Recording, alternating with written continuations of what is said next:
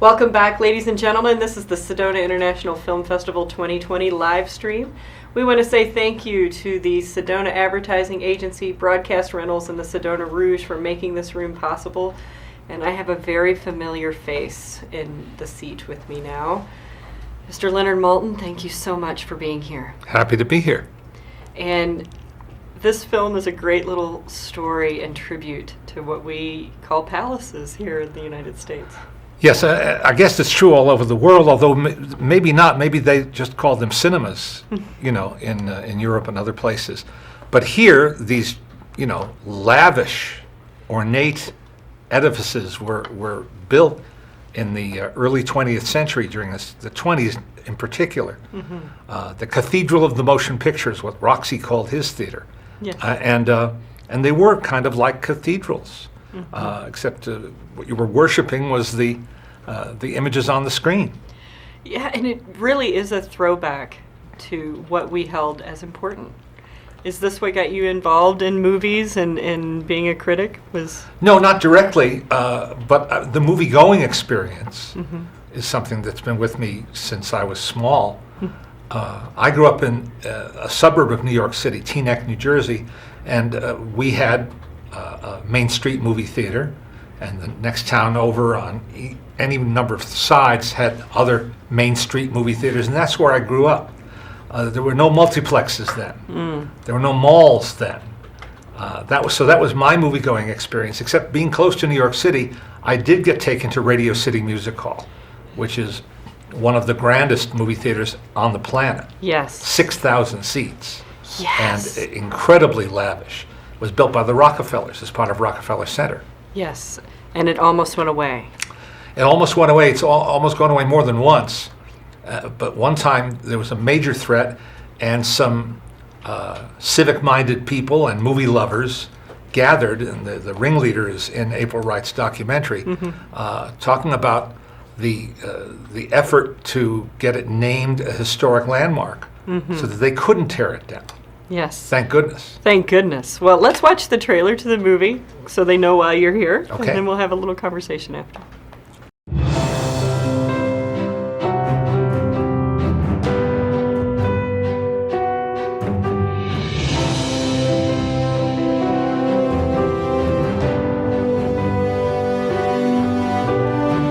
Theaters are magic. You go into a theater, and I don't care if it's a small little local one in your hometown or something as grand as Radio City Music Hall. When you're in the music hall and the lights go down, it becomes intimate and fascinating and magical.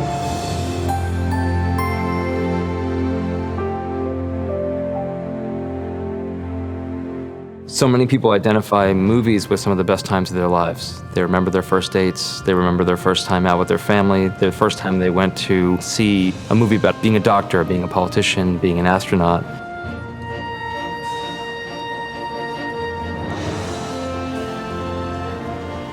There's something about seeing those stories on screen, and you get a chance to understand other cultures, other experiences, other places. We may never live those fantasies or those lives of the people we're watching, but we do it vicariously. You were giving people a complete escape from their ordinary lives. From the moment you walked into the lobby, plush carpeting, gilded relief work on the walls and on the ceilings, magnificent chandeliers, decor from different periods of art and architecture around the globe.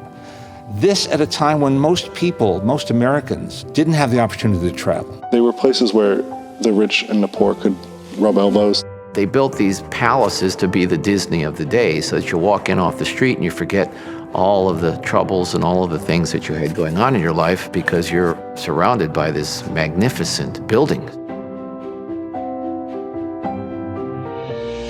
I remember coming here as a child and just being completely amazed and taken aback by the ornate beauty of the building. When I first started my job at Theater Historical Society, it was kind of eye-opening for me to learn that the places that I went to see Broadway touring shows or the symphony were actually buildings that were built as movie palaces. Toward the end of World War I, up through the Depression, which is the early 30s, there was just a boom. That's the only way to describe it, a boom, that led to the building of innumerable movie palaces, not theaters, but palaces, and ones you can visit today and still see and still enjoy a movie in.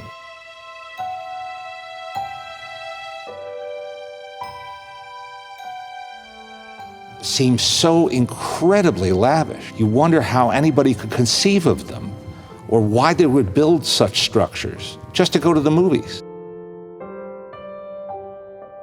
As Marcus Lowe, the famous showman and businessman, said, "We don't sell tickets to movies, we sell tickets to theaters."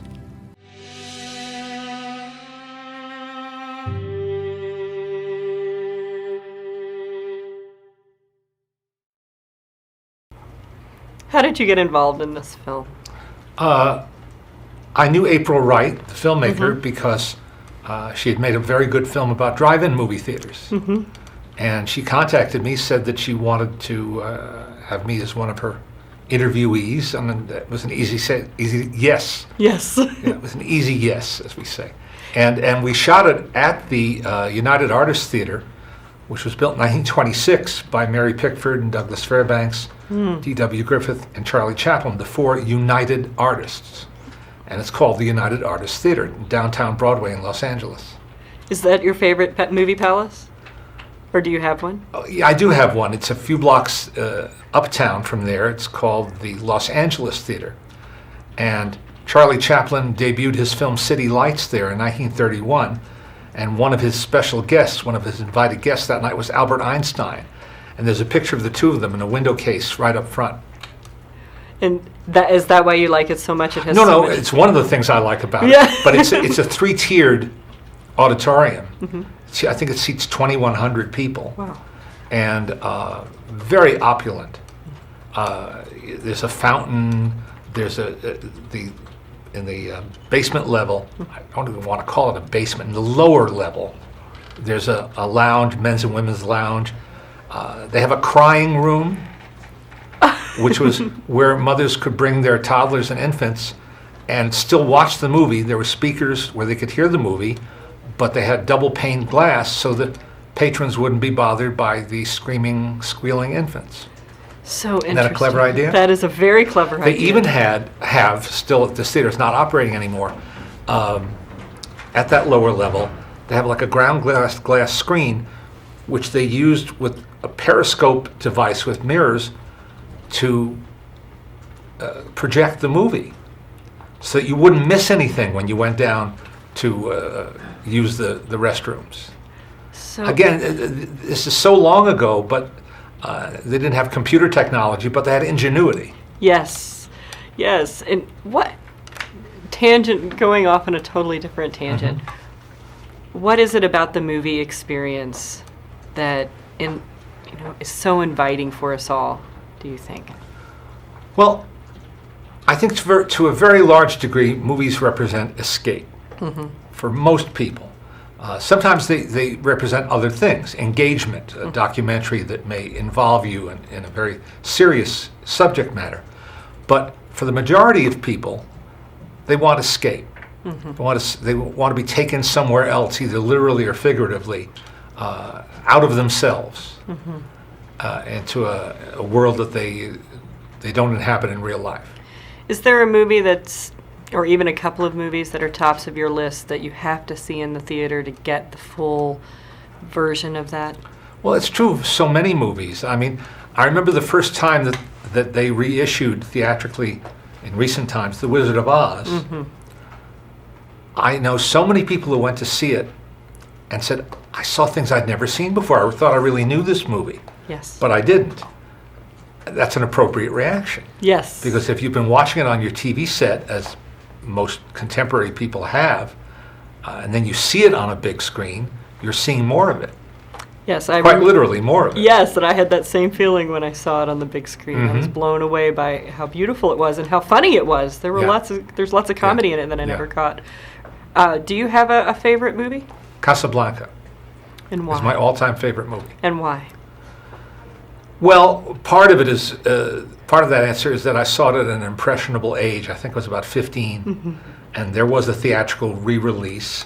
So I was lucky to see it for the first time on a screen, on a theater screen, and it just wove its magic spell. I fell under that spell, and I've never fallen out.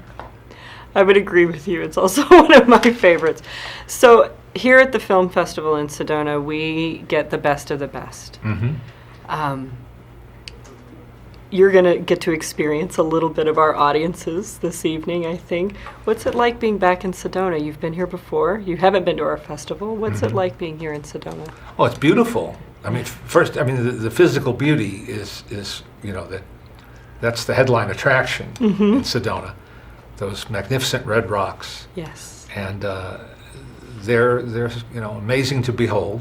My wife and I feel the same way about them. So we like being here and in this environment, and we've been meeting a lot of friendly folks. Yes. And we got to see that film yesterday projected, and how was the audience yesterday? very receptive audience. They asked good questions afterwards of April and of me. Yes. And our friend Deborah Cutler was the moderator, so that made it really cozy and friendly. And we've been having a good time. Great. We love having you here, and I want to delve into what has made you tick over the years to make you want to continue on in film. I know a lot of people say, oh, I just give up. It's all the same thing over and over again, remake. What is it that has made you stick with it? All it takes is seeing one good movie to sort of recharge my batteries. Because sometimes, you do fall into that possible rut, especially if you're seeing a lot of mediocre movies in a row. I had that when I started reviewing movies for Entertainment Tonight back in the 80s. You may have read about the 80s. I was part of the 80s, Okay. pretty big. And it was not a golden decade for movie making. It wasn't. And I saw a lot of films that I didn't care for, and that it upset me that they were popular. Is this the best we can do? Is this what we have to settle for? And then Alice and I would see a great old movie, and we go, oh, no, it's not them. It's not us. It's them. It's not us, it's them.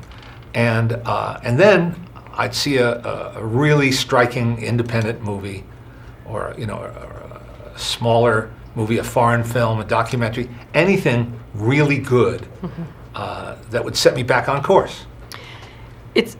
I read an article several years ago where Steven Spielberg said, movie theaters were having trouble getting into movie theaters. And Lincoln almost didn't get made. The pressure for real gems of film has changed a lot. And if Steven Spielberg can't get a movie, Yes. right? What do you think these independent films that come to festivals like ours that are many brilliant works of art and creativity, why aren't we latching onto those more and more if we complain about the mainstream so much? Why do you think that there's such a disconnect? Well, there's a lot of chicken and egg questions, lurking behind that question you just asked me. People have to support good movies when they do arrive on the scene. But now, arriving on the scene can mean many things. It can mean playing at your local, if you have a local, what we used to call art theaters. Yes. Specialty theaters now is, I guess, the preferred term. You have one here. Yes. You're lucky enough to have one here in your town. Support it. That's, rule number one. You want to see good movies, support them when they show up in your community. Number two, tell your friends to do the same. Take a chance now and then. That's why I love festivals, because I find myself more daring in my choices at a festival. I confess sometimes at home, if it means getting in the car, driving 25 minutes, nothing's close in Los Angeles. Everything's kind of spread out. So I really feel like driving over one of the canyons in the rain to see this Bulgarian movie. I don't know. But at a festival, I'll do it. Right. And I Yeah. think that's true of most people. Mm-hmm. Is there anything, I'm going to throw this out there, and if you don't have an answer for it, is there anything you've seen in the last couple of years that isn't mainstream that you wished everybody had taken part in or seen Well, or I'm did very better than you thought? I'm very happy about Parasite, because that was the best movie I saw last year. I was lucky enough to see it early. And I don't read about films before I see them. In fact, I don't watch trailers at all. People don't believe me. It's true. Even if my wife and I go to the multiplex, see a movie that's already opened, and they have like 8 trailers beforehand, I'll be going like this. I really don't want to have things given away. Okay. And I want to see if every film as fresh as I can, with a clean slate, if at all possible. I mean, I hear buzz, Of course. You hear things, you read things, you can't avoid it. But if you're involved in movies and interested in movies. But I saw Parasite in August of last year, before it hit the film festival circuit Labor Day weekend. And all I knew was that it had won the grand prize, the Palme d'Or, at the Cannes Film Festival. That's what I knew. Mm-hmm. I knew it was directed by Bong Joon-ho, the South Korean filmmaker. And that's all I knew. So that film unspooled and just knocked me off my feet. What is it that you loved about it? What was new and fresh for you? The surprise, well, that it's so full of surprise, that you cannot tell where it's going, or where it's going to land ultimately, that it sort of morphs from being a dark social satire to being a thriller. Yes. And you're just kind of... You're pulled along. Pulled along, exactly. Kind of like reeling in a fish, I guess, Yes. And yet it doesn't feel manipulative. Correct. Not overtly manipulative. And I liked the points it was making. Are there directors today, like, new, fresh directors that you feel like, yeah, they're going to be the next whomever, insert a great director's name? Well, Bong Joon-ho being one, and he's not new. He's not a newcomer. He's been Right. doing this for a while.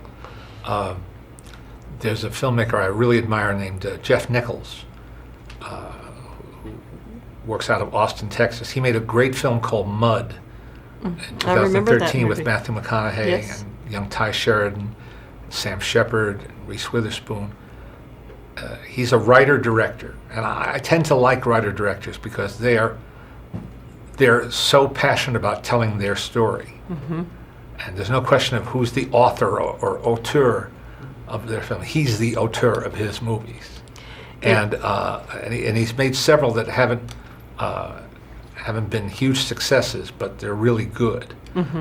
Midnight Special is one, and Loving. Yeah, those are all his films.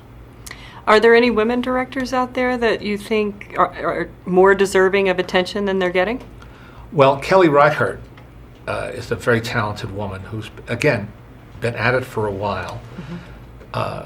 People may have seen her film Wendy and Lucy with Michelle Williams, about a young woman and her dog, kind of on an odyssey together. And after that she made a terrific film called Meek's Cutoff, about pioneer life and about the harshness of pioneer life. Michelle Williams is in that too.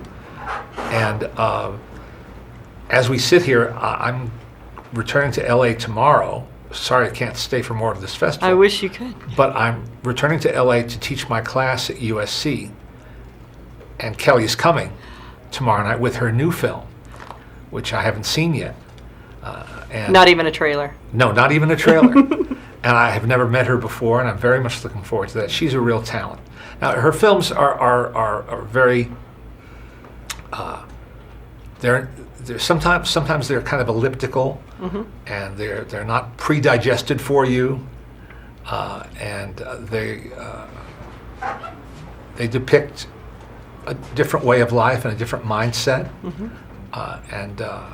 so not everybody's cup. Not every film is for everybody. Correct. You know. What makes a good film for you?